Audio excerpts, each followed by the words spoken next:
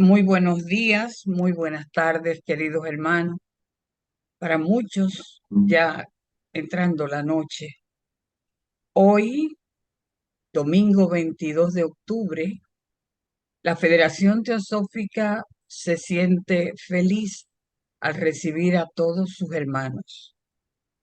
Hoy tendremos a un hermano muy querido que vive en Costa Rica, el hermano Marlon, el cual presentaremos en unos instantes después de haber escuchado la invocación con nuestra querida hermana Lucila.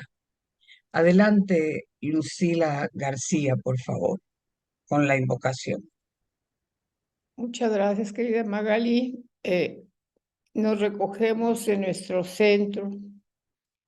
Oh vida oculta que vibras en cada átomo. Oh luz oculta que brillas en cada criatura. Oh amor oculto que todo lo abarcas en la unidad. Que cada ser que se sienta uno contigo sepa que por lo tanto es también uno con todos los demás. Paz, paz, paz a todos los seres. Gracias, hermanos. Bueno, como les dije que la Federación Teosófica Interamericana se siente feliz al recibirlo a todos ustedes y a nuestro querido hermano Marlon Cruz Alvarado. Quisiéramos saber quién es nuestro hermano Marlon. Marlon pertenece a la Sociedad Teosófica en Costa Rica desde hace aproximadamente unos 26 años. Ha sido presidente de su logia en varios períodos y en la actualidad se desempeña como secretario. Es un estudiante de la doctrina secreta.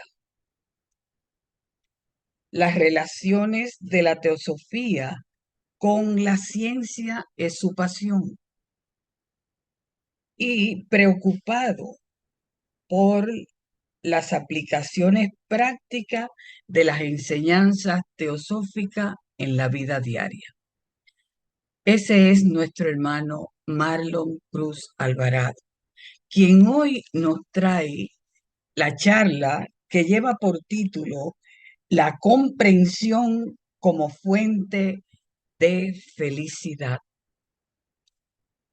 Con ustedes, nuestro querido hermano Marlon Cruz Alvarado. Los micrófonos son suyos en este momento. Adelante, Marlon. Muchas gracias, hermana, por, por esas palabras. Ya no cabía en mi casa con el ego tan inflado. Eh, ok, vamos a compartir pantalla. Listo, gracias, hermano. Ok, sí, vamos a hablar sobre lo que yo estaba tratando de decirles. Es que la comprensión, pero cuando digo comprensión, teníamos que entender más que comprensión, discernimiento, que es, digamos, parte de lo que nos ayuda a comprender cuando discernimos. En otras palabras, lo que quiero es que hablemos un poquito de la facultad de Viveka y cómo actualizarla. Cuando digo actualizarla, lo que quiero decir es cómo esforzarnos para hacer que el discernimiento sea una característica dominante en nuestra vida diaria. Y en la medida en que esa facultad de discernir, de aplicar Viveka en cada una de nuestras acciones, pues nos vamos a dar cuenta que es una fuente de felicidad en la medida de que nuestras acciones se vuelven las acciones correctas, acciones virtuosas, porque estamos eh, decidiendo o actuando más bien siguiendo la luz de nuestra intuición. En otras palabras, expresando el, el ser superior que maneja la carroza que conocemos como nuestro cuerpo. Entonces, en la medida en que cada una de nuestras acciones las ejecutamos aplicando la facultad del discernimiento, estamos expresando la divinidad que llevamos adentro. Y por eso es que le puse como título la comprensión como fuente de felicidad o el sendero del discernimiento. Para comenzar, voy a leerles una cita que saqué de las notas Bowen, ese escrito que se llama Madame Blavatsky sobre cómo estudiar teosofía. Esto lo hago porque de lo que escuchen se van a dar cuenta de algo muy importante. Voy a leerles. Sin importar lo que uno tome como estudio de la doctrina secreta, uno debe correlacionarlo con estas ideas fundamentales. Yo sugerí que esto es una especie de ejercicio mental que debe ser muy agotador. HPV sonrió y asintió. Tiene uno que ser un insensato, dijo ella, y dirigir sus pasos hacia un manicomio para intentar demasiado al principio. Y ahora viene algo muy importante para nosotros, queridos hermanos. Y dice, el cerebro es un instrumento de la conciencia despierta y cada cuadro mental formado significa un cambio y destrucción en los átomos del cerebro. La actividad intelectual común se mueve por senderos bien trillados del cerebro que nos obligan a repentinos ajustes y destrucciones en su sustancia. Pero este nuevo tipo de esfuerzo mental requiere algo diferente. Requiere la apertura de nuevos surcos cerebrales, la formación en orden diferente de las pequeñas vidas del cerebro. Y voy a saltar de una vez a donde dice, este modo de pensar, decía ella, es lo que en la India se llama Jnana Yoga.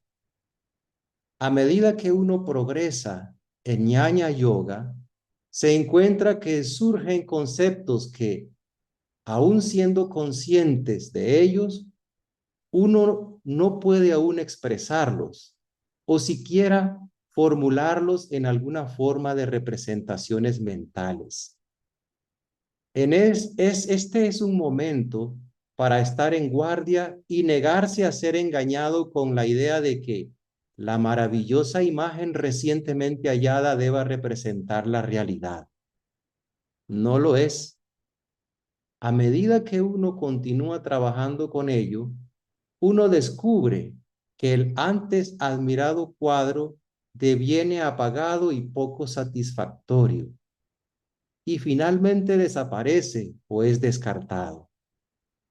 Este es otro punto peligroso, pues entonces queda uno como en un vacío, sin concepto alguno en que apoyarse, y puede sentirse tentado a resucitar la imagen antes desechada por carecer de una mejor a la que aferrarse. Y ahora atención, hermanos. El verdadero estudioso, sin embargo, continuará trabajando sin preocuparse y así luego vendrán nuevos destellos que a su tiempo darán origen a una representación más amplia y bella que la última. Pero el aprendiz sabrá ahora que ninguna representación será jamás la verdad. Esta última y espléndida representación se volverá oscura y desaparecerá como las otras. Y así continúa el proceso, hasta que al fin la mente y sus representaciones se trascienden. Y el aprendiz entra en el mundo sin forma, el cual todas las formas son reflejos reducidos. El verdadero estudiante de la doctrina secreta es un ñañi yogi. Y este sendero del yoga es la verdadera senda para el estudiante occidental. Entiéndase nosotros, queridos hermanos.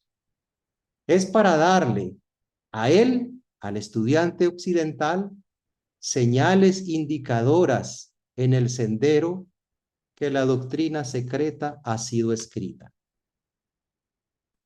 Bien, les estaba leyendo esto, queridos hermanos, porque de lo que principalmente vamos a conversar es sobre ñaña yoga, que es el yoga que nos enseña a utilizar la facultad del discernimiento. Este sendero del yoga fue, es atribuido, o el representante principal al que se le atribuye este tipo de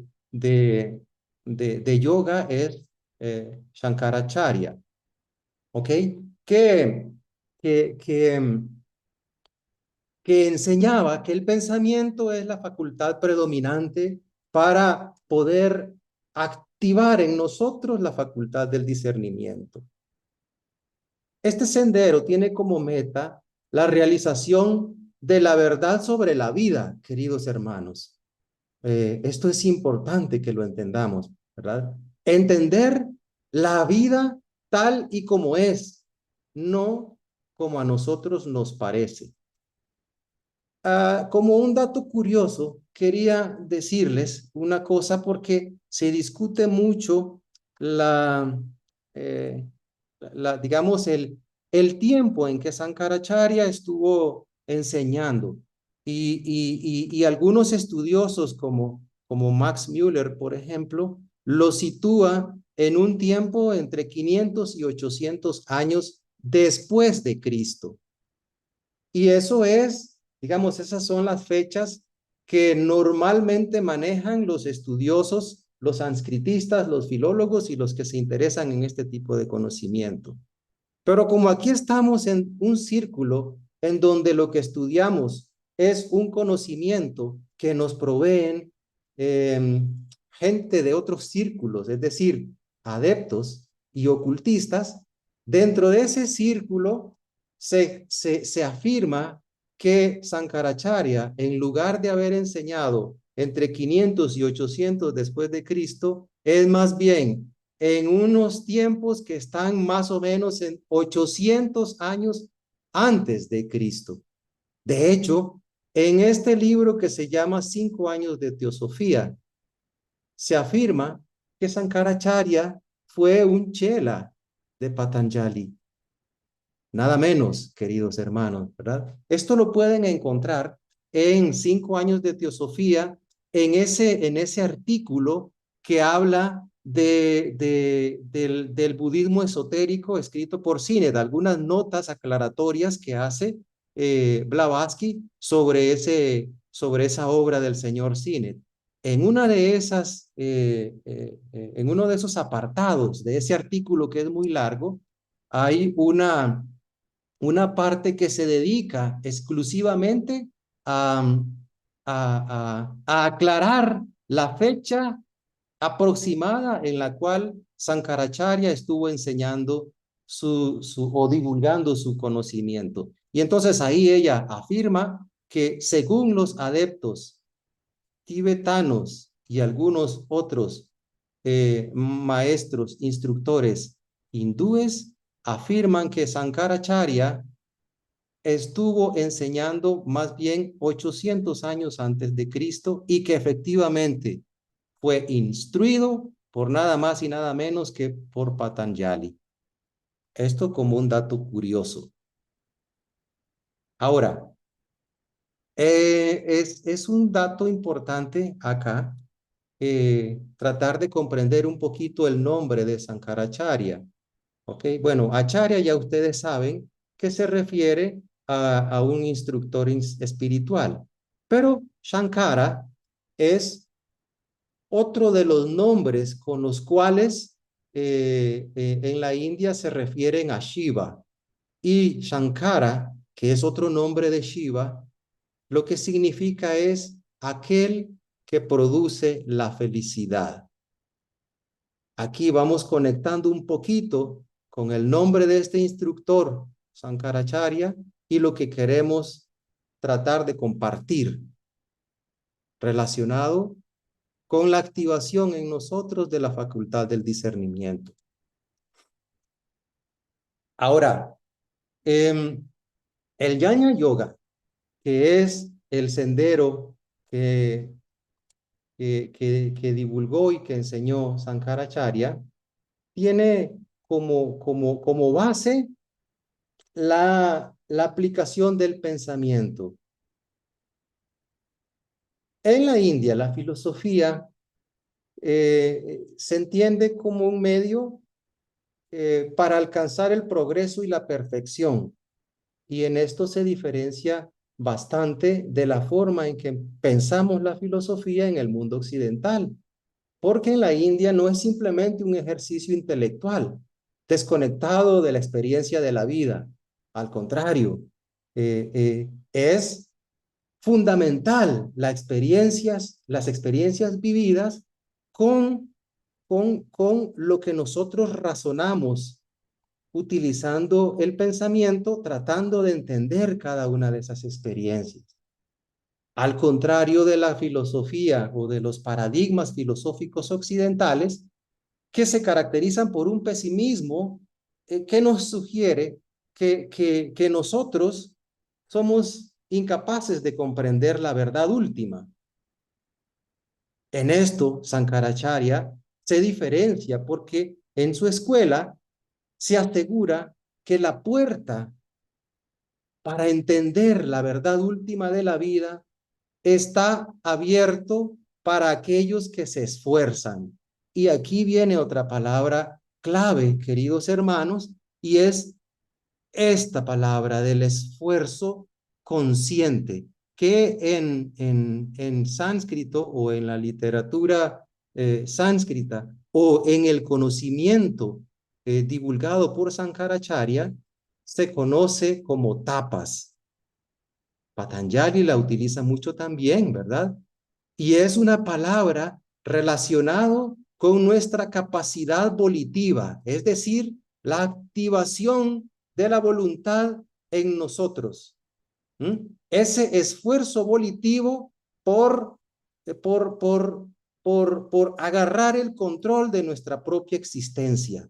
Es un esfuerzo consciente, o sea que no es una cuestión gratuita, queridos hermanos. Activar en nosotros este tipo de facultades no vienen no vienen gratuitas, pues. No es una cuestión de solamente quererlo. Tiene que haber un esfuerzo consciente, un acto volitivo de nuestra parte, es decir, tapas, esfuerzo volitivo consciente para controlarnos a nosotros mismos, el autoconocimiento. Ahora, Sankaracharya, perdón, esta máquina como que se quiere gobernar sola. Sankaracharya distingue dos tipos de gente, dos tipos de personas. Aquellas personas que necesitan poseer y aquellas otras que anhelan saber. Dentro de estos dos tipos, ¿en dónde estamos situados nosotros? Es una pregunta que debemos hacernos a nosotros mismos y respondernos con franqueza a nosotros mismos. Tratemos de no engañarnos a nosotros mismos, queridos hermanos, y respondámonos esta pregunta cuando nos estamos autoexaminando. ¿Qué tipo de personas somos? ¿Soy de aquellos que necesitan posesiones o soy de aquellos que anhelan el autoconocimiento? Poseer está relacionado con las cosas externas, por supuesto. ¿verdad? El mundo, como lo percibimos formados por cosas para tener.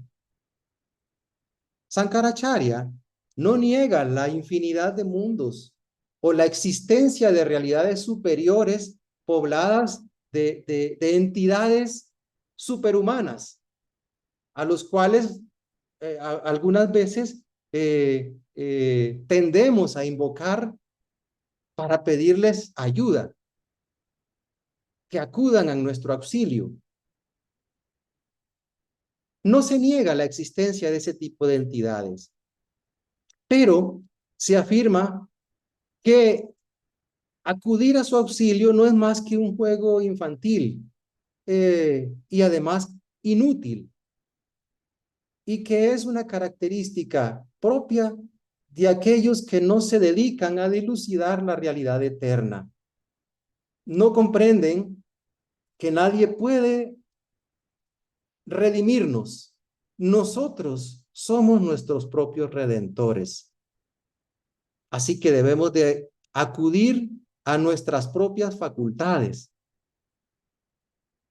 Y entonces ahí vamos a tener la ayuda que necesitamos de nuestros propios actos volitivos. Ahora, Sankaracharya distingue dos tipos de deseos. El deseo de conocer lo que se debe hacer para obtener mejores condiciones en la vida y aún después de la muerte. Aquí, queridos hermanos, reflexionemos muy bien en cuáles son los tipos de cosas que nosotros queremos o deseamos, ¿verdad? ¿Cuál es el motivo que nos mueve cuando nosotros estamos actuando? Cuando nosotros estamos haciendo lo que llamamos servicio. ¿Para qué estamos sirviendo? Debemos de preguntarnos eso, ¿verdad? Y tener presente que algunas veces estamos haciendo acciones para obtener mejores condiciones en la vida y, por supuesto, después de la muerte. Este deseo está fundamentado en la experiencia de los sentidos y en la confianza de lo que se afirma en las escrituras sagradas. La afirmación de que existe un paraíso celestial. Entonces, cuando nuestras acciones tienden a llevarse a cabo con la esperanza de recibir un fruto, como estos que estamos poniendo acá, ¿verdad? Tenemos que tener cuidado, porque entonces esos deseos están teñidos de egoísmo. Muchas veces el servicio que estamos haciendo, tenemos que reflexionar si el servicio que estamos haciendo busca obtener un fruto en beneficio propio o es solamente el cumplimiento del deber en el cual nos puso el karma para ejercer nuestras acciones. Hay que reflexionar cuando estamos haciendo lo que denominamos servicio. ¿Ok? El otro tipo de deseo es aquel deseo por lo eterno. A diferencia del Dharma, del Dharma Jinasa o del deseo de estas acciones con con un, eh, eh, con un egoísmo oculto, ¿verdad? El deseo por lo eterno está fundamentado en el pensamiento y en especial con relación al discernimiento o a la distinción entre las realidades eternas, o sea, que van más allá del tiempo, y las realidades temporales.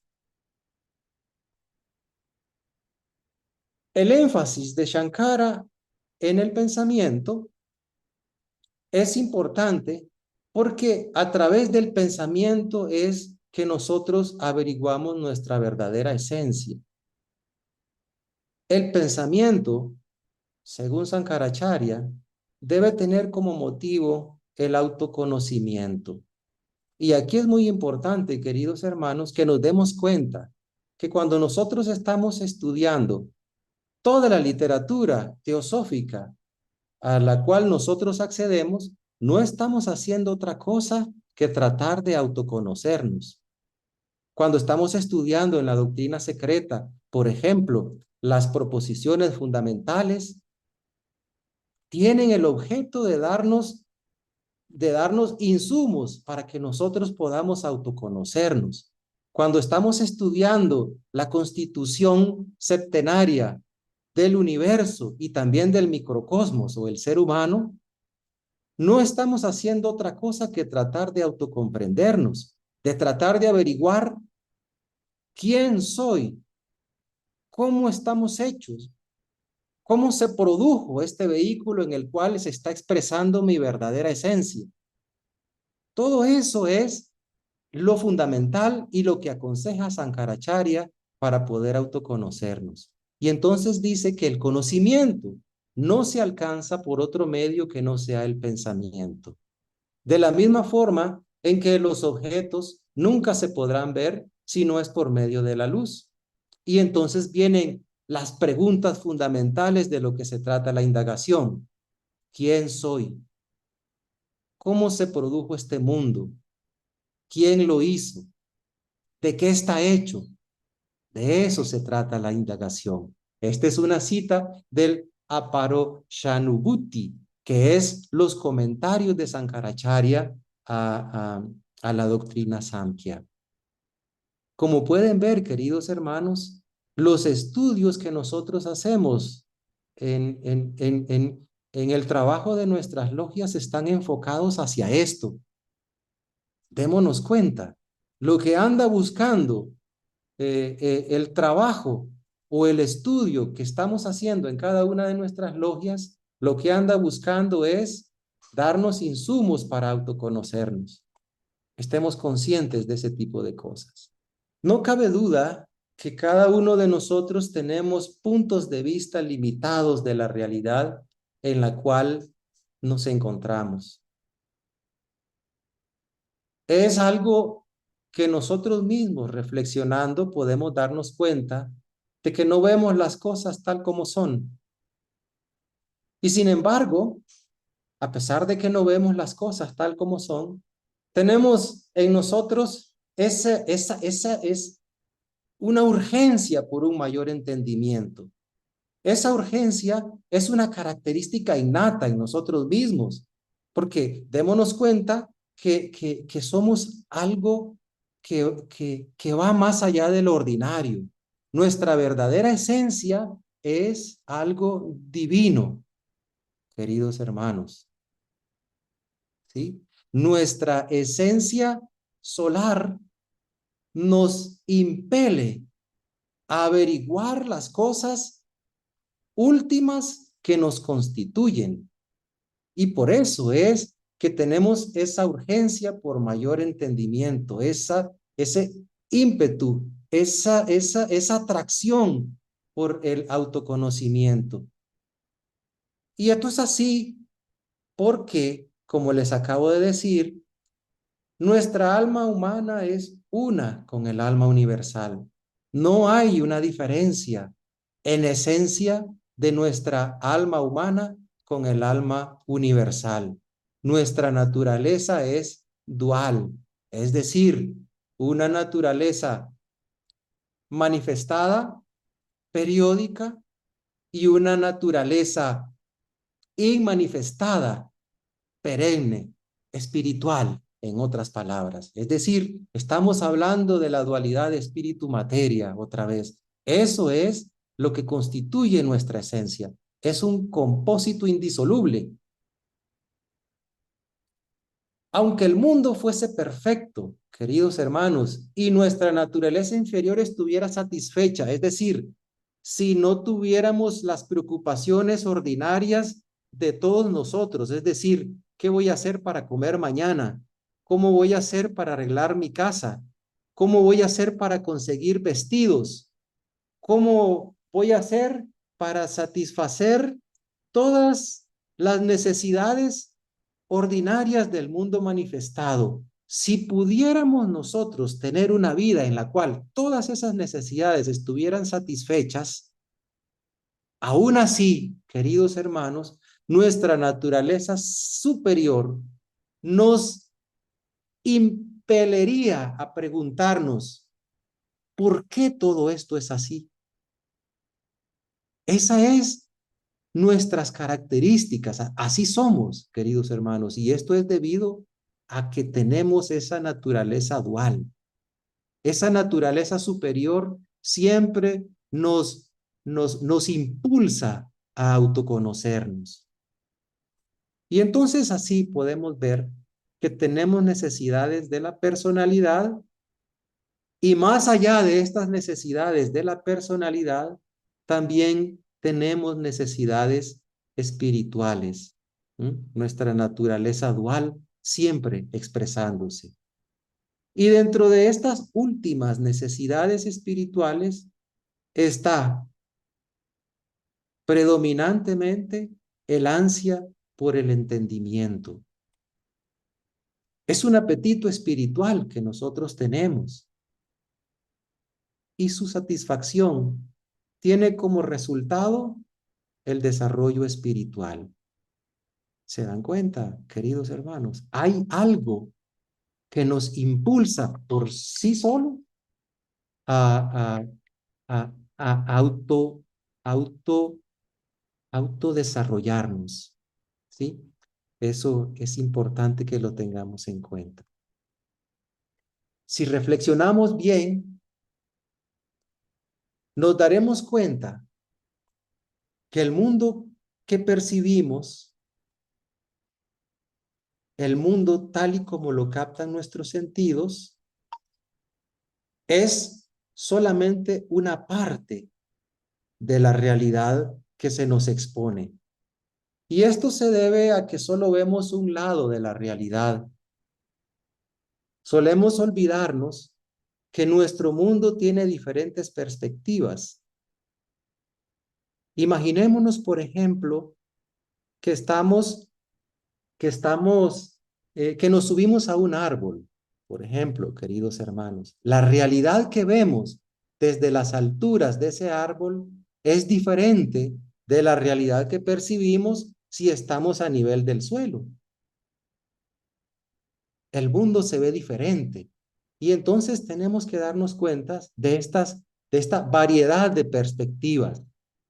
Como se ve el mundo desde arriba, no es igual a como se ve el mundo desde abajo. Y nosotros solemos olvidar por completo lo que subyace en esas dimensiones que están más allá de lo que nuestros sentidos pueden captar. Tenemos que tener ese cuidado, ¿verdad? Nosotros percibimos el mundo a través de nuestros sentidos, pero los sentidos que nosotros estamos utilizando en este momento tienen un rango para captar experiencias. Por fuera de esos rangos vibratorios, nuestros sentidos no funcionan. Hay olores que no podemos percibir. Hay colores que no podemos percibir. Y cada uno de esos olores, colores, texturas que no podemos percibir, no significa que no estén. Démonos cuenta que no es que no existan, es que la limitación en los cuales nuestros sentidos actúan no nos permiten ver esas dimensiones que están más allá de lo que nuestros sentidos pueden captar. El objetivo del Ñaña Yoga es percibir esa realidad tal y como es, en toda su plenitud. Estamos hablando de la percepción de la realidad tal y como es y en toda su plenitud. Aquí estamos acercándonos a la idea del todo. El postulado más importante de la escuela del Ñaña Yoga se puede expresar en lo que expresa el aforismo Sarvam Kalvidam Brahma, es decir, que todo es Brahma, refiriéndose a Brahma como a la totalidad. Entonces, esa totalidad es una unidad y percibir esa unidad es percibir todo a la luz de la totalidad. Es alcanzar la iluminación. Ser conscientes de la unidad del todo es acercarnos a nuestra propia liberación. En algún momento, en algún tiempo, la gente percibía el mundo como hecha de cosas reunidas, o sea, partes que conformaban un todo. Es decir, que el todo estaba hecho de partes. Sin embargo, esta concepción ha ido evolucionando y ahora es muy común que la gente conciba al mundo como algo integral en la cual hay una interrelación. Es decir, que las partes son partes porque derivan de un todo. Tratemos de imaginarnos, por ejemplo, eh, eh, la, la, la unidad total que conforma la existencia de un gato, por ejemplo. Es decir, el gato tiene un cuerpo, tiene patas, tiene una cola, tiene unas orejas, tiene un comportamiento. Al conjunto total de todas esas partes que yo estoy nombrándoles, cuando lo asociamos en su totalidad, concebimos el gato. Pero si solamente concebimos la cola de un gato, lo asociamos como que si eso no fuera nada. Es decir, la cola del gato no es el gato, sino que el gato está conformado por el conjunto de todas esas partes. ¿Mm? El gato es una totalidad. ¿Me comprenden los que le quiero decir? Por eso es que estamos hablando de que las partes son partes porque derivan de un todo. Y entonces, cuando comprendemos esa verdad de la unidad de todos los seres, entonces podemos erguirnos por encima de todas nuestras limitaciones. Por eso es que andamos buscando la manera de percibir la realidad como una totalidad, como una manifestación íntegra. Tratar de comprender que al ser una parte, estamos conformando un todo, ¿sí? Trascender esa, esa, esa, esa separatividad, ¿verdad? Porque la separatividad, las partes por sí misma no constituyen la realidad.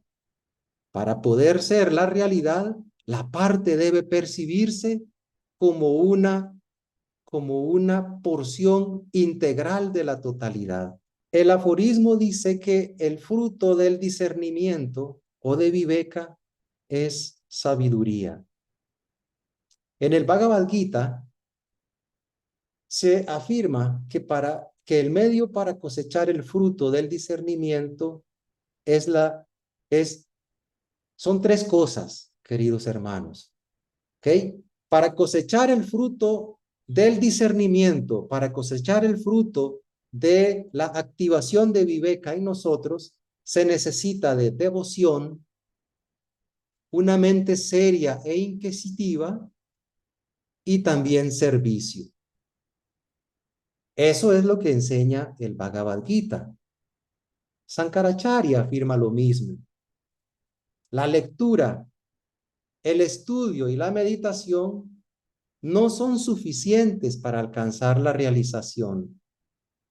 Es también necesario la práctica espiritual o lo que se conoce como sadhana. Y aquí estamos viendo entonces que devoción, mente seria e inquisitiva y servicio son las mismas cosas que se recomiendan en el Ñaña Yoga, que es estudio, meditación y práctica espiritual, sadhana, que es equivalente a servicio. Según Sankaracharya, hay dos principios operando en la manifestación. El principio de la vida activa, que crea las formas, y el segundo principio es un principio pasivo, que empuja las formas a la manifestación. Aquí tenemos que tener en cuenta que nosotros, como seres humanos, como hombres y mujeres, actuamos de la misma manera en que, porque somos parte de la vida, ya lo acabamos de decir, que las partes constituyen el todo. Entonces nosotros como microcosmos reflejamos al macrocosmos en nuestras acciones. Y entonces, conforme el hombre actúa, la naturaleza destruye. Y aunque todo ese fruto de la acción, que algunas veces se puede percibir como destrucción, permanece. Nada de eso se pierde, queridos hermanos. Todo permanece en la modificación del carácter del hombre. Si nosotros nos imaginamos o nos ponemos a pensar en toda esa gran cantidad de civilizaciones que ya no existen más, todas esas civilizaciones ya no existen, pero al mismo tiempo siguen existiendo en nosotros mismos.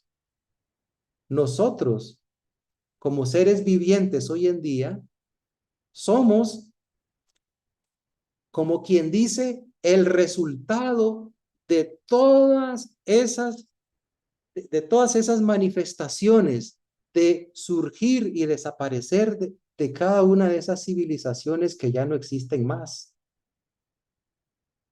Nosotros existimos como resultado de su desaparición. Y por eso es que se afirma que nada se pierde. Todo permanece en la modificación del carácter de cada uno de nosotros como hombres y mujeres.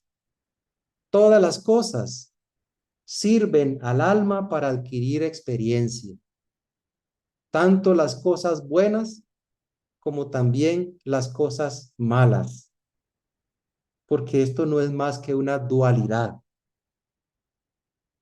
Comprender este hecho hace del practicante un ser sereno. Para este hombre o mujer que comprende que tanto las cosas que nos parecen malas como las que nos parecen buenas tienen un resultado en nuestra percepción de la realidad, hace de nosotros un ser diferente, nos hace un ser sereno, que comprende, que percibe la realidad más allá de los sentidos. Y entonces, para este tipo de ser, todas las cosas son sagradas, son bondadosas, todos los días son santos, todos los hombres son divinos. Este es el tipo de vida que Sankaracharya enseñó con su propio ejemplo. Ahora, vamos a hablar de un concepto muy importante en esta escuela de yoga y que es importante a la hora de estar aplicando la facultad del discernimiento en nuestra vida diaria. Y es el concepto de la ilusión. En la India, la ilusión es simbolizada por una imagen de una mujer hermosa. Ese es el símbolo con el cual se representa la ilusión, a Maya. Pero el uso del término Maya en la escuela de yoga de Sankaracharya ha hecho pensar que en esa escuela se enseña que el mundo es irreal y que por lo tanto no existe. que la gente solo imagina que existe, pero que no hay nada. Pero esto no es así, queridos hermanos. En el Jnana Yoga no se niega la existencia de los objetos, sino que en lugar de negar que no existen, lo que se hace o lo que se afirma es que esa realidad se percibe de una manera errónea. Entonces, podemos ver que el concepto de Maya no indica necesariamente una pura ilusión, en el sentido de que los objetos carezcan de realidad, sino que las cosas pueden ser diferentes de cómo las estamos percibiendo. Y así entonces se nos enseña que Maya tiene dos funciones. Una de esas funciones está influenciada por el principio tamásico y otra está influenciada por el principio rayásico. Espero que todos sepan a qué me estoy refiriendo cuando digo principio tamásico y principio rayásico, ¿verdad? Estoy refiriéndome a las gunas de tamas y a las gunas de rayas. Y para que lo tengan en cuenta, en el Jnana Yoga se afirma que Maya está influida principalmente por estas dos gunas, ¿ok?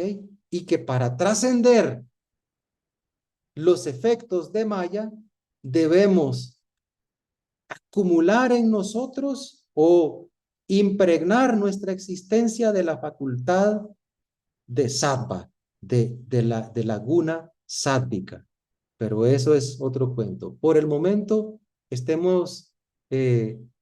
tengamos en cuenta que una de las funciones de Maya es encubrir la verdad, velar la verdad. Esa función de Maya se conoce con el nombre sánscrito de abritya o avarana. ¿Ok? Y ese es un efecto de la facultad tamásica que tiene como función ocultar o obstruir la vida. ¿Mm? Ese encubrimiento implica que aunque seamos en esencia uno con el universo, nuestra atención, queridos hermanos, está enfocada solamente en una parte del todo. La mayor parte de la realidad está velada y puesto que percibimos solamente una porción que está visible, tal realidad se nos vuelve necesariamente insatisfactoria, algunas veces dolorosa, cuando hemos experimentado la vida lo suficiente para extraer las lecciones que somos capaces de extraer. Pero tengamos en cuenta, queridos hermanos, que, que, que, que ese ocultamiento está teniendo un efecto en nosotros porque no percibimos la totalidad. Solamente percibimos aquella parte del todo en donde nuestra conciencia está enfocada. Como pueden darse cuenta, nuestra conciencia enfocada en esa parte del todo nos hace creer que la realidad es así como la concebimos de acuerdo a nuestro estado de conciencia. Sin embargo, seamos conscientes de que la realidad está compuesta por una totalidad muchísimo mayor que el enfoque de nuestra propia conciencia. Ahora, esta facultad de encubrimiento o de velado de la verdad no significa que los objetos carezcan de realidad.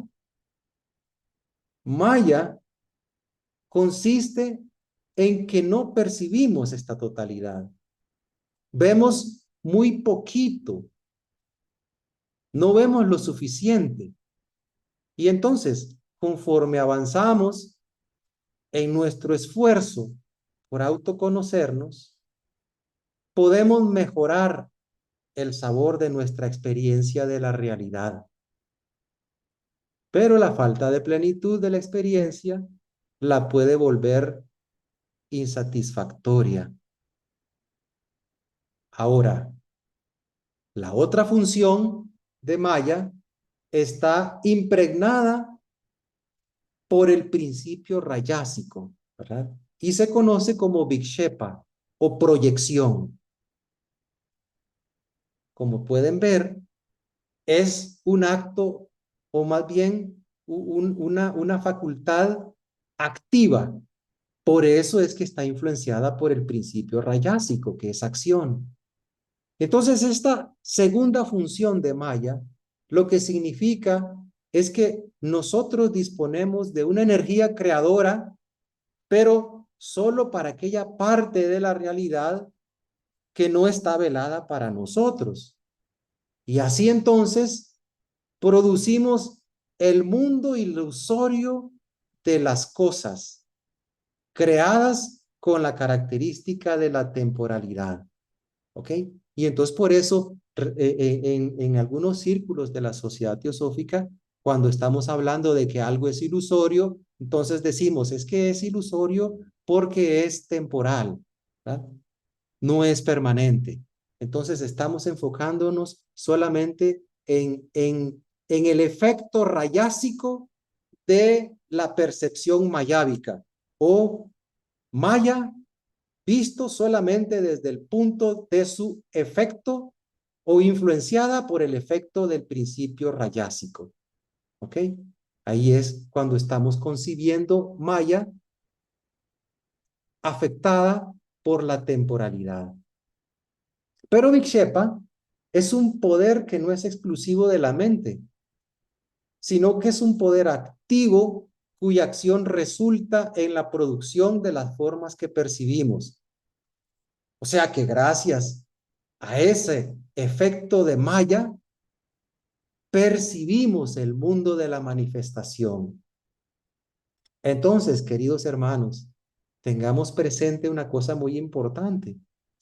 Maya juega un papel importantísimo en la manifestación del universo. La manifestación es, en esencia, un efecto de Maya. Pero ahora tengamos el cuidado de que Maya no es la ilusión de lo que hemos estado acostumbrados a concebir, ¿verdad? No es que no tenga existencia, sino que la manifestación está siendo percibida parcialmente por el observador. ¿Okay? Solamente está viendo aquella parte de la totalidad bajo el efecto de tamas en donde tiene enfocada su conciencia. Ahora, los objetos del mundo son como las pinturas de un artista. Representan la expresión del artista, de esa parte de la realidad que no está velada para él. Conforme reflexiona, conforme contempla esa obra y empieza a adquirir conciencia de los defectos que contiene, surge en el observador, en el artista, la urgencia por algo más satisfactorio. Y entonces así surge como resultado de ese escrutinio lo que llamamos intuición. Y cuando estamos hablando de intuición, queridos hermanos, pensemos en una revelación directa de la realidad. Directa quiere decir que no necesita de ningún medio, sino que es una captación inmediata de las cosas tal como son. Y cuando captamos directamente las cosas tal como verdaderamente son, estamos teniendo el beneficio de la activación de la facultad del discernimiento en nuestros procesos de comprensión. Y entonces, ese fruto intuitivo no viene del exterior, sino que resulta de la introspección que nos habilita para penetrar en una realidad más amplia. Y entonces puede surgir la pregunta, ¿cuál es la mejor forma de comprender la realidad? Esta pregunta se puede enfocar desde dos perspectivas. La primera es darse cuenta de la infinitud de posibilidades que cada experiencia finita tiene. Esto implica que podemos aprender de una cosa lo mismo que podemos aprender de muchas otras.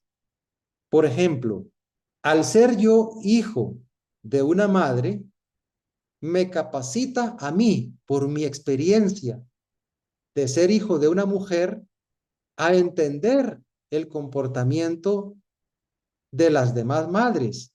Y entonces me capacita a mí, como hijo, a ser capaz de amar no solo a mi madre, sino a todas las madres. Y entonces ahí, de una experiencia que yo tengo, me da la capacidad de experimentar infinitud de posibilidades. Darse cuenta de esas infinitas posibilidades de las experiencias del momento evita que nos resintamos por cualquier experiencia e inmediatamente cualquier dolor o sufrimiento que pueda contener cualquier experiencia es expulsada de ellas y deviene en una experiencia inmensamente útil. Claro que aquí tenemos que tener en cuenta que para poder cosechar los frutos de eso hay que estar atento, queridos hermanos. Hay que aplicar la atención a cada una de nuestras acciones para poder cosechar esos frutos. El segundo método o, o, o enfoque para comprender la realidad es no mezclarnos a nosotros mismos con los objetos de nuestra experiencia. O sea, queridos hermanos, podemos vivir el mundo de los fenómenos sin retirarnos del todo de él. Como dicen, estar en el mundo sin ser del mundo. En ambos casos, mezclarlos con el mundo será lo mismo, pero en un caso será una confusión total y en otro caso una mezcla. ¿Qué es lo que quiero decir con eso, queridos hermanos? Cuando nosotros nos involucramos en el mundo y nos perdemos en nuestra identificación, ocurre una fusión. Esa fusión hace que se pierda nuestra identidad esencial y entonces dejamos de percibirnos a nosotros mismos y caemos en el error de pensar que nosotros somos algo que no somos. Por ejemplo, la mayoría de nosotros creemos que somos nuestro cuerpo. Es decir, cuando decimos que yo soy yo, nos referimos a que yo soy este cuerpo de carne, de piel, de huesos, y nos identificamos con él. Eso es un error de caer, digamos, es un error de fundir nuestra verdadera esencia con el resto de la manifestación. Lo que tenemos que hacer, queridos hermanos, es tener claro que estamos inmersos en este mundo, pero, pero sin estar en el mundo.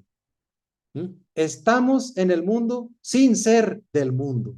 En otras palabras, no perder nuestra identidad. Por ejemplo, cuando nosotros mezclamos un poquito de agua con un poquito de aceite, el agua y el aceite se separan. Cuando lo agitamos, obtenemos una mezcla y entonces no podemos distinguir la naturaleza del aceite de la naturaleza del agua, sino que solo vemos una emulsión. Pero cuando nosotros entramos en reposo, dejamos reposar y cada una de los componentes de esa mezcla se separan, es decir, mantienen su identidad. De esa manera, queridos hermanos, es como nosotros debemos vivir en este mundo, mezclados en el mundo, pero conservando nuestra identidad, nuestra verdadera esencia, no debemos perderla. Y entonces, debemos ser capaces de distinguir entre el mundo exterior, mi mundo interior y mi verdadero ser. Ser capaces de distinguir que hay tres cosas participando y no dos. Cuando digo esas que son tres cosas, me estoy refiriendo al mundo manifestado, el mundo creado por mi propio ser y el espectador de esas dos manifestaciones. Y ese espectador, queridos hermanos, es nuestro verdadero ser. Sentado lo que acabamos de decir, puede seguir el siguiente cuestionamiento académico. ¿De dónde procede esa ignorancia que oculta la realidad plena? ¿Mm? Y entonces, aquí tenemos que tener la prudencia que nos aconseja el Buda cuando dice: oh monjes, no arrojes la cuerda de tu pensamiento en lo insondable. ¿Mm? Lo que nos está diciendo es que tenemos que iniciar nuestra actividad racional en el mismísimo lugar en que nos encontramos aquí y ahora. El espacio y el tiempo son una creación de la ignorancia. Ambos vienen a ser por medio del velo de Maya y desaparece de nuestra percepción cuando nos quitamos a nosotros mismos ese velo que obstaculiza nuestra visión. ¿Dónde? ¿De dónde? Estas son preguntas que nos hacemos cuando especulamos respuestas en términos del tiempo y del espacio. ¿Cómo las podemos aplicar al mundo que percibimos en nuestra idea del mundo material? Entonces, es evidente que existe un desenvolvimiento de la evolución, de la manifestación. Y este desenvolvimiento es lo que llamamos evolución. Pero esa evolución no implica un cambio en el tiempo y el espacio. ¿Qué es lo que quiero decir con esto? Que el sentimiento de yo soy tiene un carácter imperecedero en nuestra existencia. O sea, para que me entiendan, el ser que habitaba mi cuerpo cuando yo era un niño es el mismo ser que lo sigue habitando ahora que soy mayor de edad. ¿Sí? El cuerpo ha cambiado, pero el conductor de la carroza sigue siendo el mismo. ¿Ok? Seguimos siendo el mismo yo, independientemente de dónde estemos desde el punto de vista del tiempo y del espacio. Esa entidad permanente es nuestra verdadera esencia, nuestro verdadero ser. Sankaracharya habla en términos muy fuertes en cuanto al efecto de Maya como velo y proyección de la vida práctica. Y aquí les tengo una cita de la joya suprema del discernimiento. Dice, de la misma forma que la sombra de la luna oculta al disco del sol, la función de Abriti, o sea, Maya influenciada por Tamas, la función de Abriti, por estar hecha de Tamas, oculta el resplandor del ser, el cual posee ilimitadas facultades. De ahí que la obscuración del resplandor del verdadero ser del hombre le hace creer que es el cuerpo, que de ninguna manera es el ser. Después, aquel gran poder de rayas, llamado Vikshepa, lo aflige por medio de las cualidades que atan, pasión, ira, etc. Así es que tal hombre ofuscado, desprovisto del conocimiento del verdadero ser, tragado por el cocodrilo de la gran ilusión, vaga flotando ahora, hundiéndose después en el océano de la existencia limitada. Como las nubes que producidas por el sol lo oscurecen conforme se va formando, del mismo modo, el egoísmo, surgiendo de las profundidades del ser, lo oscurecen conforme el egoísmo florece. Y como sucede en un día nublado, cuando las espesas nubes ocultan al sol y ellas mismas se ven afectadas por el frío soplar del viento, de la misma forma, el agudo poder de Vikshepa perturba al hombre de ofuscada inteligencia con diversos problemas. Por medio de estos dos poderes, el hombre es atrapado en el delirio que lo hace creer que él es su propio cuerpo. Entonces, queridos hermanos, aquí estamos tratando de ver, de captar nuestro verdadero ser. Y entonces, lo que estamos tratando de hacer es captar la verdadera sustancia de las cosas. Y esa verdadera sustancia de las cosas es denominada Sat o Seidad. Ahora, Sat está relacionada también con la conciencia y con sus poderes característicos, que son voluntad, amor e inteligencia. Esas tres cosas actuando conjuntamente en nuestra conciencia se le denomina Chit. Y más allá de esos tres aspectos de la conciencia, nos encontramos con Ananda, que es la verdadera vida. Y esta verdadera vida es la felicidad plena. Para alcanzar esto, el ser humano debe en primer lugar trascender la ilusión de que él es su cuerpo y darse cuenta de que es una conciencia. Aquí es muy importante esta actitud, queridos hermanos. La actitud que tenemos que tener es ser conscientes de que tenemos un cuerpo y no somos ese cuerpo, sino que somos una conciencia que usa un cuerpo. Debemos comprender que nosotros no somos los poderes de la conciencia, sino que utilizamos los poderes de la conciencia.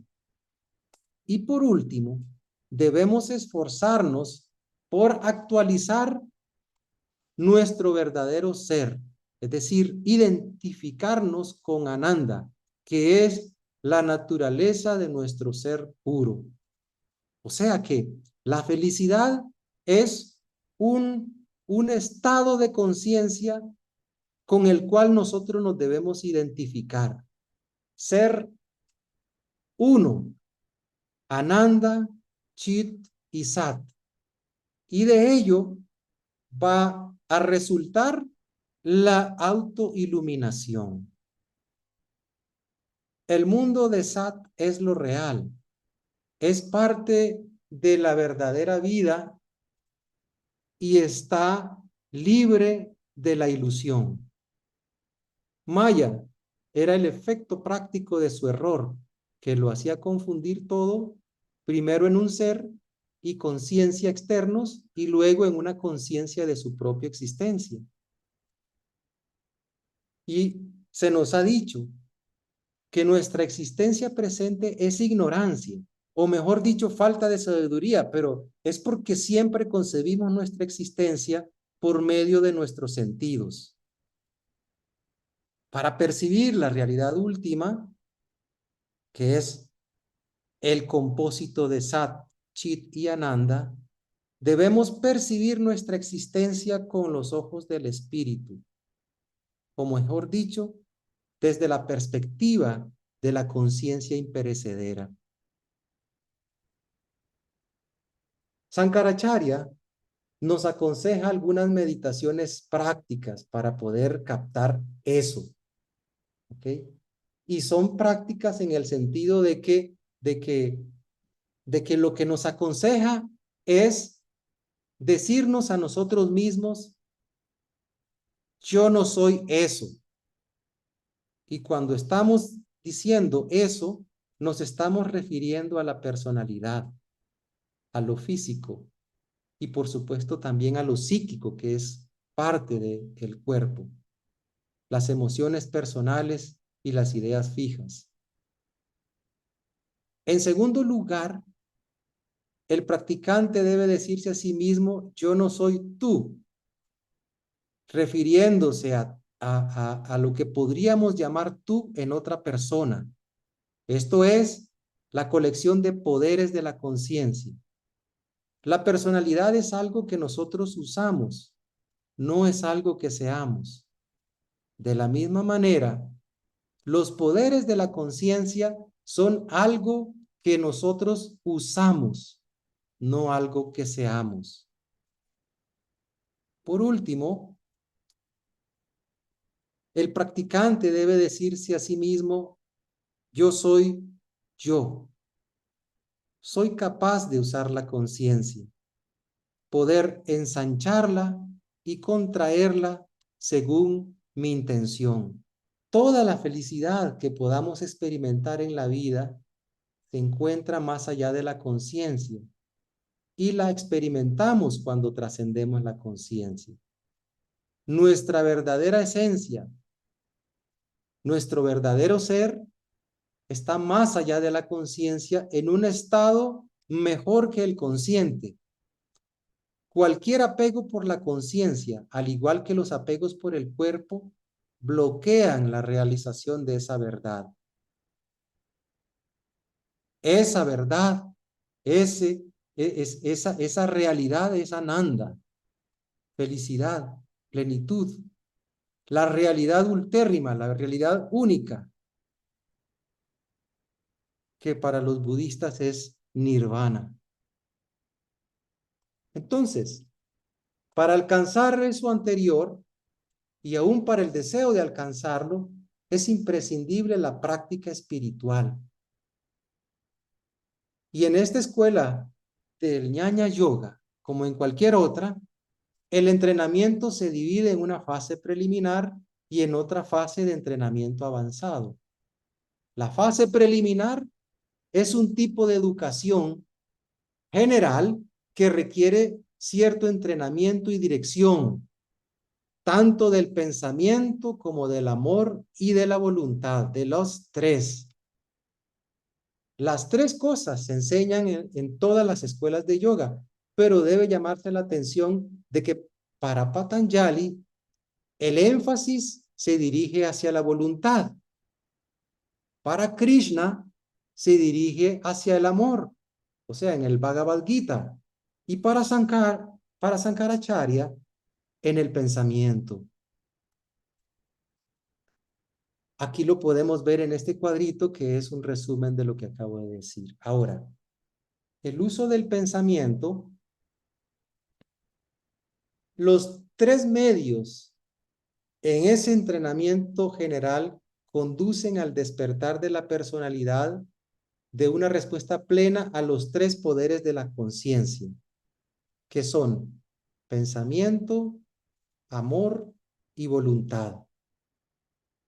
El primer requisito para esto es viveka, discriminación, discernimiento, percepción. Esta es una meditación triple. Primero uno debe enfocarse en reconocer el cuerpo, en darnos cuenta de que es solamente un instrumento para que la conciencia de uno mismo opere. Después, uno debe preocuparse por controlar los hábitos y emociones que se han acumulado durante la vida y darse cuenta de que también son parte del instrumento. Darnos cuenta que ciertamente yo no soy mis sentimientos y emociones hacia las personas o cosas. Y por último, uno debe esforzarse a entender el hecho de que la mente inferior, la colección de información, ideas y opiniones que uno ha adquirido hasta ahora, tampoco son el ser, sino que son meramente una biblioteca interna acomodada de una forma más o menos imperfecta, en la cual los libros tienen una tendencia a abrirse en ciertos pasajes porque ellos ya han sido abiertos antes en el mismo sitio en repetidas ocasiones. El segundo requerimiento es pairaya. Esta es una condición emocional en la cual uno no responde automáticamente a las impresiones que vienen del mundo exterior, sino que primero somete el asunto al poder discriminatorio que surge de viveka. Solemos juzgar constantemente las cosas no con nuestra inteligencia, sino con nuestros hábitos sentimentales y emocionales. Tenemos que acostumbrarnos a preguntarnos, ¿por qué siento esto? ¿Por qué me gusta o me disgusta algo? Vairagya es la ausencia de agitación causada por las cosas externas. Una comprensión errónea de este término nos da la idea de que el concepto implica la ausencia de emociones, pero no se trata de eso, sino que se trata de contemplar las emociones sin los colores de mi propia experiencia. Debemos ver el mundo con el color que tiene y no con el color que nosotros queremos ponerle. Podemos ser emocionales, pero si aplicamos la facultad de Vairagya, nuestras emociones van a ser una expresión amorosa. El tercer requerimiento es el llamado Shatsampati, que se puede traducir como 6 logros. Aquí lo que estamos hablando es la función de la voluntad en nuestra propia existencia.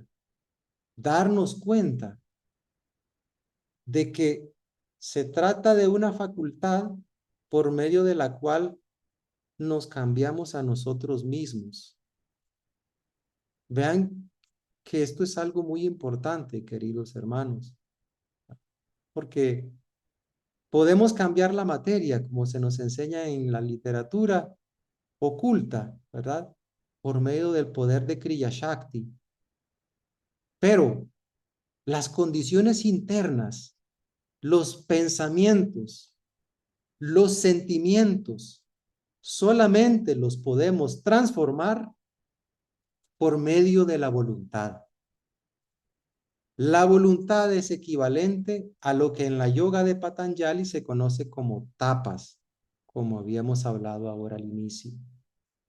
Y entonces estos 6 logros son tranquilidad,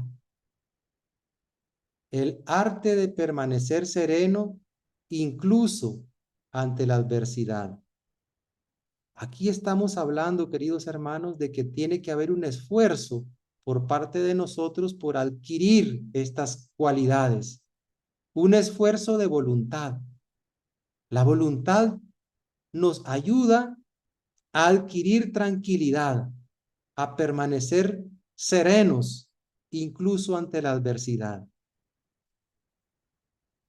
El otro es el control de los sentidos, que habitualmente buscan estímulos,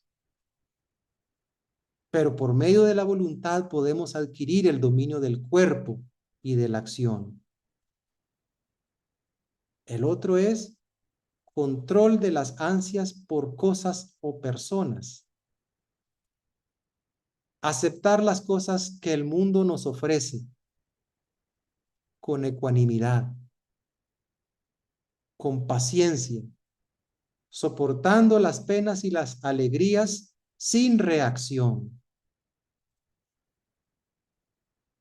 El otro es comprensión directa de la verdad suprema, lo que nos provee confianza en uno mismo y en los demás. Y por último, concentración mental profunda, más allá de las afecciones del mundo. Todos estos, queridos hermanos, son facultades que debemos activar en nosotros a través de un esfuerzo volitivo. Cada una de esas cualidades evidencian la activación en nosotros de nuestra facultad volitiva, que nos produce una calmada fortaleza y se convertirá en nuestra característica principal. Pero vean, todo esto requiere de un esfuerzo volitivo personal de cada uno de nosotros. No es algo gratuito, requiere de un esfuerzo, de una dedicación consciente. Entonces, el Ñaña Yoga es el cultivo disciplinado del ojo de la sabiduría. Lo único que puede llevarnos, en palabras de una antigua plegaria sánscrita, de lo irreal a lo real. Esto, como ustedes saben, queridos hermanos, es una cita del Brihadaranyaka Upanishad, capítulo 1, sección 3, aforismo 28. De lo irreal, condúceme a lo real. De las tinieblas, condúceme a la luz. De la muerte, condúceme a la inmortalidad. Eso era lo que yo quería compartir con ustedes, queridos hermanos. Entonces ahora doy... Gracias, Marlon. Nos has traído a comprender y a refrescarnos, ¿verdad? Que la fuente de la felicidad está en cada uno de nosotros y cada uno de nosotros debe buscarla insaciablemente para ser feliz él y hacer feliz a los demás. Wow, Marlon, te agradezco. Mi esposo está aquí diciendo que te agradece enormemente esa charla, que le ha fascinado y hay una manita levantada. Estamos dispuestos a contestar preguntas en este momento. Georgina, por favor, pase Eh, adelante. Enrique Eh, Choi, primero va Enrique Choi. pues entonces me guía por favor los hermanos que están en la parte técnica, porque yo no puedo verlo todo y no quiero que ningún hermano eh, se sienta un poquito triste. Pues entonces, Georgina, mis excusas y vamos a pasar al próximo hermano. Adelante el hermano que está primero, por favor. Sí, gracias. En un verso del Vivekachudamani Shankaracharya dice ahí, no existe samsara, no existe nirvana, dice, no existe jiva condenado ni jiva resurrecto. ¿Por qué dice eso Shankaracharya? O sea, él está queriendo decir que no necesitamos hacer nada, nada No, de ninguna práctica. en realidad lo que está tratando de decir es que todas esas percepciones están influenciadas por nuestro efecto de malla, de la percepción, ¿verdad? Eh, al decir que no existe, al decir que no existe cada una de esas, es que nosotros lo percibimos de una manera parcial, de una manera eh, eh, obnubilada, en donde tenemos enfocada nuestra conciencia, ¿verdad? Pero la realidad última, ¿verdad? Lo que dice Sankaracharya es que la realidad última es Brahma, ¿verdad? Es absoluto. Y eso es algo de lo que no podemos especular. Es una existencia, es una existencia que debemos experimentar de una manera directa. Pero tratar de explicarlo con las palabras que nosotros tenemos, veladas o parciales por nuestra concepción ilusoria de la realidad o limitada, por decirlo de esa manera, vamos digamos, a describirla de una manera que no es. No sé si me doy a entender con lo que le estoy Es diciendo. que yo me refería no solamente al conocimiento, sino como somos Brahman, ese Ujú. Brahman manifiesto y nacido. Entonces no hay nada que hacer, pues, porque lo que es temporal no tiene realidad, ¿no? Según los Vedas, ¿no? ¿Sí? A ese punto me refería, no de De, conocimiento, sino de desde ese punto de existencia. vista, queridos hermanos, usted lo acaba de decir, hermano Enrique, ¿verdad? Eh, ya somos eso. Lo que no es que no tenemos nada que hacer, tenemos que hacer algo y es darnos cuenta de nuestra verdadera esencia, es decir, darnos cuenta de que somos eso. Nosotros lo podemos decir, porque decirlo con palabras es muy fácil, pero vivenciarlo, vivirlo profundamente, es algo que nos saca de nuestra existencia ordinaria, nos saca de ser un ser ordinario y nos pone a vivenciar la realidad última. Y entonces en ese momento estamos siendo lo que realmente somos, que es Brahma, ¿verdad? Estamos formando, digamos, siendo conscientes de que somos uno con esa realidad total. Y esa realidad total no es otra cosa que Brahma. Gracias, hermano, por su pregunta y llamarlo por su respuesta. Georgina, si no hay una manito antes que Georgina, para no equivocarme. Ya no, mi querida Magali. Ok, pasa adelante. Muchas gracias, buenos días o buenas tardes, ya no sé qué eres. Querido hermano Marlon, para mí es un gusto, un honor el día de hoy escuchar a vos. Yo no recuerdo haber oído alguna conferencia vuestra, pues porque algunas veces ando de viaje como ayer, me perdí las dos conferencias, pero muchísimas gracias por este tema de la comprensión como fuente de felicidad. El concepto del maya, el concepto de ilusión me quedó más claro ahora, porque lo había visto con algunos otros hermanos, pero como que no lo aterrizaba muy bien, como que yo andaba media extraviada en el universo. Y ya ahorita conjuntado con la unidad del todo, híjole, qué excelente tema elaboraste. Me da mucho gusto haber estado hoy. De veras, yo me llevo un súper conocimiento y solamente te quiero agradecer por esta hermosa exposición, muy bien definida, muy precisa, muy concisa, que creo que yo soy más así como de que necesito que me lo digan más como conciso, preciso, ¿no? La situación y pues te felicito, nuevamente reitero, ha sido para mí un honor el día de hoy haberte escuchado y Muchas gracias a todos los presentes. Es cuanto. Muchas gracias a usted, hermana, por esas palabras. El hermano Gracias. Salomón, creo. Sí, adelante el próximo hermano porque de veras que Salomón. no lo veo. Salomón, adelante. Sí, hola, Brando, realmente opino lo mismo que Georgina. En realidad estuvo, como siempre, tus conferencias muy bien explicadas, sencillas y muy entendibles. Oye, Brando, pero siempre me ha llamado la atención en la ilusión, en ese maya, ¿no?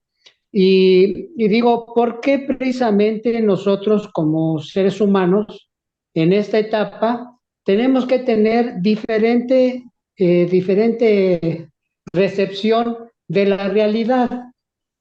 Es muy problemático, porque imagínate, por ejemplo, inclusive en una pareja, en un matrimonio, hay dos opiniones diferentes acerca de esa realidad. Y pues para mí que es un problemón porque precisamente por eso pues hay tantos problemas, ¿no? En el mundo, en la sociedad, en las familias, etcétera. Y digo, ¿será acaso porque es parte de nuestra evolución? Gracias.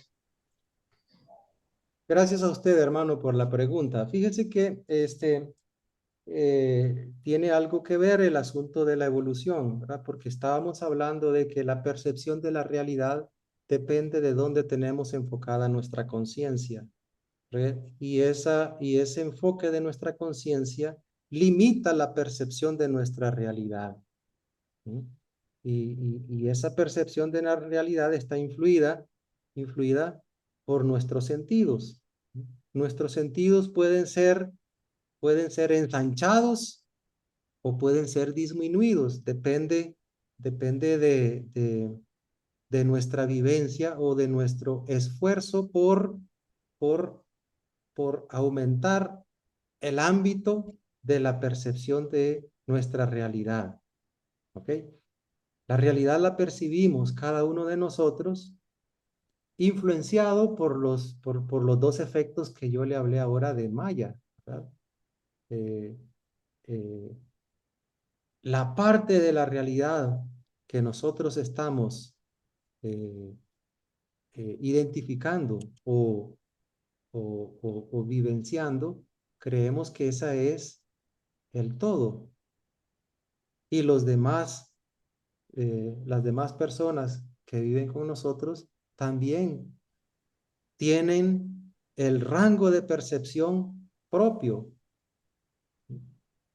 Y así cada uno de nosotros tenemos nuestra forma de percibir esa realidad total, que siempre necesariamente es limitada.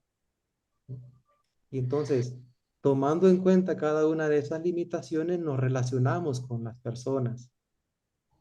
Y siempre nosotros llevamos con nosotros el enfoque de nuestra realidad y creemos que esa realidad es la verdad última.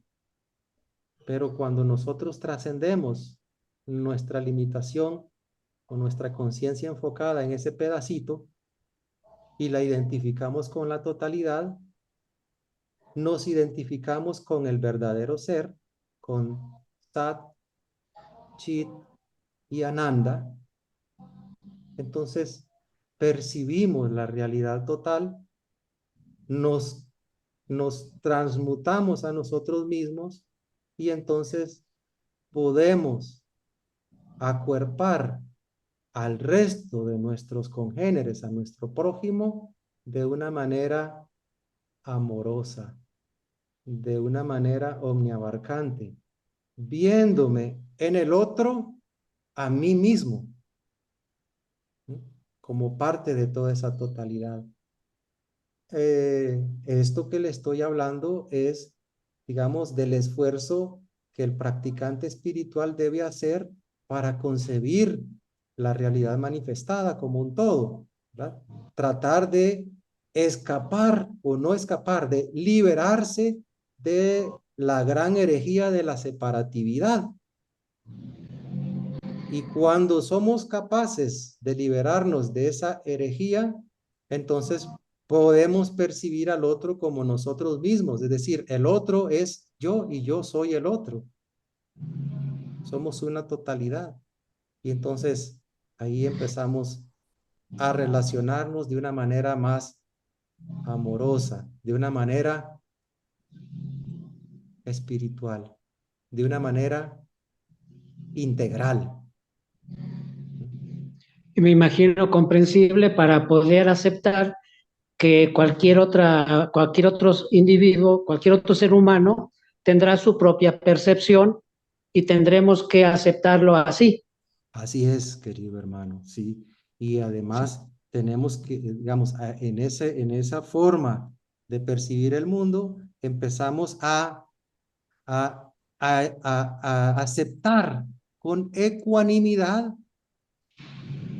todo lo que nos dicen, todo lo que nos hacen sentir y darnos cuenta de que, de que, de que si recibimos las cosas de una manera, digamos, ofensiva para nosotros, darnos cuenta de que ese malestar tiene un beneficio también. Y el hecho de percibirlo de esa manera, transmutarlo para recibirlo de una manera ecuánime, que no me afecte los halagos y las ofensas, empezamos a relacionarnos de una manera espiritual. Nos comunicamos de alma a alma, comprendiendo que esas limitaciones en realidad no afectan al verdadero ser y no son dichas por el otro ser porque también el otro ser es uno con el todo. Es solamente la percepción parcial, influenciada por la facultad tamásica, ¿sí?, lo que le está haciendo expresarse de una manera Ofensiva. ofensiva, sí. Pero Sí, nosotros perdón. tenemos que ser capaces de recibir esas cosas con ecuanimidad. Y aún al ser ecuánimes, al estar, eh, eh, digamos, conscientes de que el otro tiene sus propias experiencias, que no son las mías, tiene su forma de percibir la manifestación con su propio nivel de conciencia, que no es el mío, pero soy Es empático con él, válido, es lo válido. comprendo, es válido y tengo que amarlo, hermano. Hay que amar hasta que duela. Sí. Muy amable, Marlon. Excelente, gracias. Con gusto, hermano. Gracias, hermano. Y no olvidar el título de la charla, la comprensión como fuente de la felicidad. Ujú. Qué bello. ¿Hay alguna otra manita levantada? Sí, Richard Oh, Stone. Aló, aló. adelante, Richard. ¿Me escuchan bien? Y le Sí, escuchamos Sí, bien. ¿Cómo sí, muy están? bien, muy Bueno, bien. yo hablo de Centro de Sudamérica, Bolivia, y siempre me voy a acercar bastante a la cultura andina. Pero antes quería decir que la exposición de Marlon fue excelente. Claro que para eso hay que tener un conocimiento profundo, no es tan simple. También quería agradecer la exposición de la parte del yoga de Marlon, mostrando que el cuerpo humano, para nuestro entendimiento, es perfecto. Todas las funciones del cuerpo humano son divinas y eso es, pero aprender a manejar aquello es una complejidad, ¿no? El problema somos nosotros, somos nosotros. No son nuestras extremidades, nuestros sentidos o todo lo que Dios nos ha dotado, ¿no? Somos que no sabemos cómo conducirlos y lleva un tiempo y para eso tenemos el yoga. Muy interesante la exposición de él. La otra, yo voy a ser un poco más práctico, complementar a Marlon en la parte de Maya. En ningún momento vamos a decir, pensar que él no ha descrito todas estas funciones. Pero yo voy a ser un poquito más práctico. En la cultura andina, los chicos, la gente joven, comienza jugando y todos nosotros comenzamos a jugar como primera instancia de la vida, como primer regalo de Dios para nuestro desarrollo de crecimiento. A través del juego comenzamos a entender la vida. A través de la ilusión comenzamos a entender la vida, ¿cierto? Entonces, ese crecimiento a través del juego, nosotros en la cultura andina la llamamos de magia. Es la magia que tenemos, ¿ya? Y a través de la magia no nos lastimamos, no nos golpeamos y vamos a seguir creciendo, porque la realidad que observamos es demasiado elevada, demasiado grande y no tenemos conciencia de poder introducirla en la mente nuestra. Entonces tenemos que recurrir a algún colchón y ese colchón es la magia, es Maya. Ahora, ¿qué ocurre? A medida que los años van pasando, vamos creciendo, llegamos a la edad de jóvenes, adultos y a mayores, a la tercera edad, donde efectivamente Maya comienza a desvanecer. Ya no existe más Maya. En ese momento, para nosotros, en ese momento es la comunicación con la experiencia adquirida de Maya y de la vida que se instaura. Y ahí, cuando ya somos mayores, tomamos decisiones para hacer un cambio pequeño en el comportamiento de nuestra sociedad y de nuestras vidas, ¿cierto? Entonces es así como la cultura andina se manifiesta. Cuando ya somos mayores, podemos tener conciencia de nuestros actos. Y esa es la única manera. Pero agradecemos a Maya, porque sin ella no hubiéramos llegado a este punto. Y agradecemos a nuestra conciencia porque podemos hacer ese cambio. Eso es básicamente lo que quería mostrar humildemente, porque encuentro que Marlon fue fantástico. Muchas gracias, que tengan un buen momento. Gracias, hermano. Gracias a usted, hermano, por esas palabras. Muy a propósito del asunto, cuando nosotros estamos niños y jóvenes, estamos siendo influenciados por Maya con una gran proporción de tamas y de rayas. Conforme nos vamos haciendo mayores,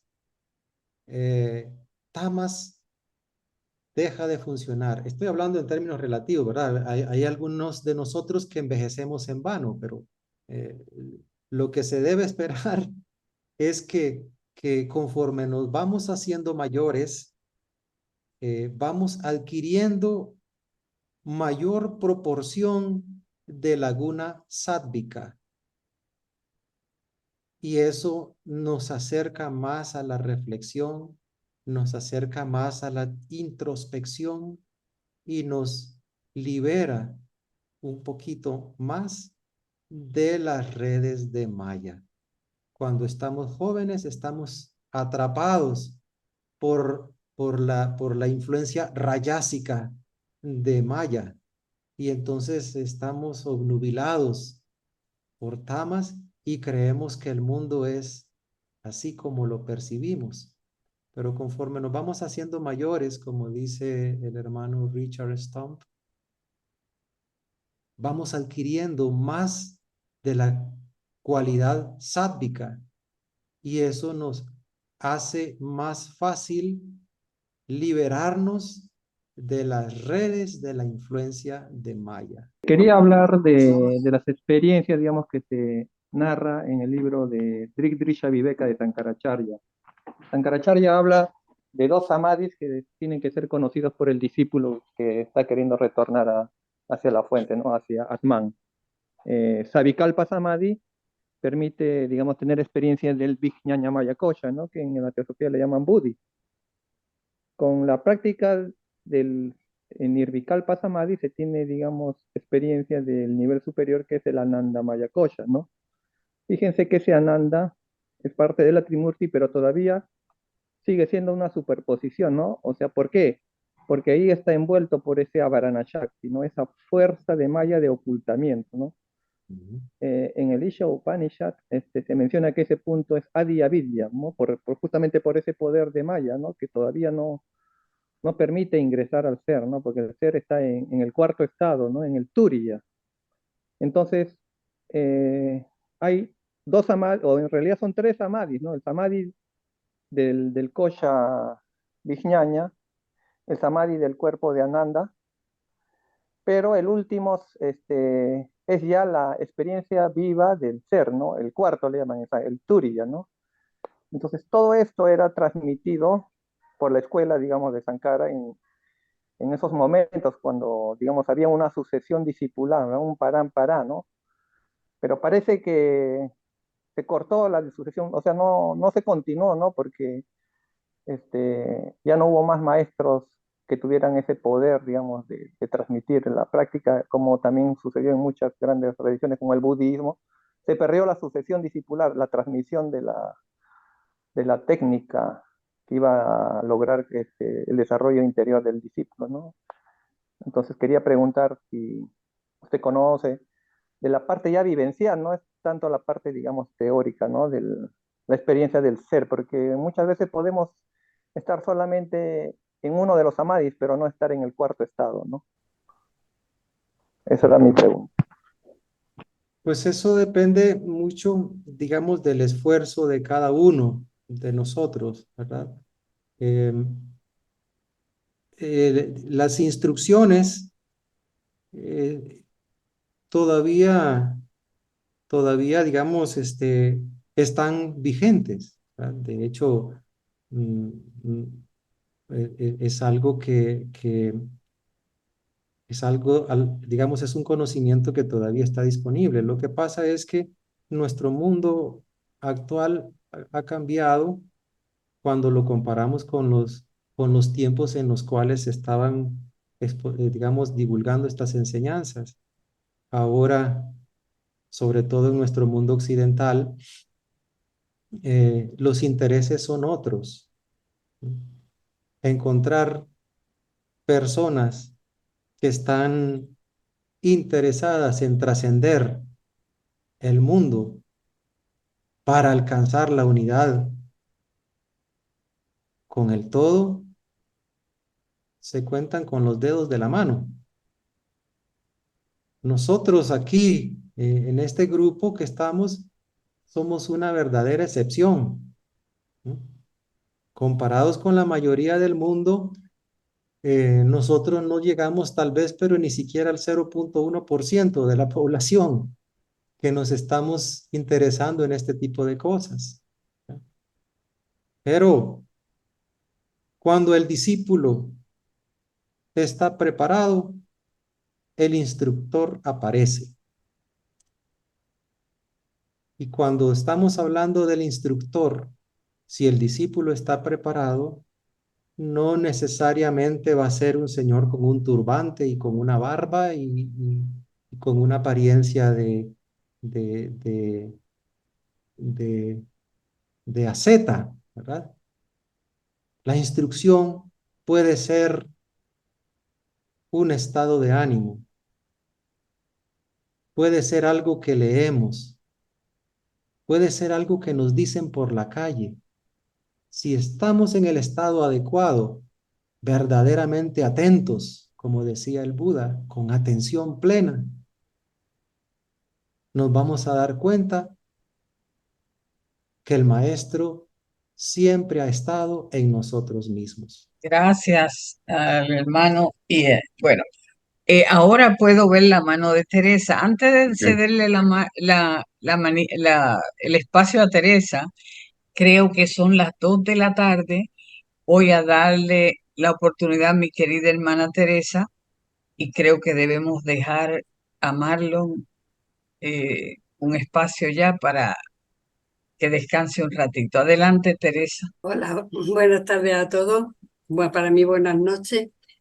Y al señor Marlon darle mi agradecimiento porque muchas cosas que ha dicho son las que yo vivo. Entonces, dos cositas muy cortas. Hablaba de que quién soy, ¿no?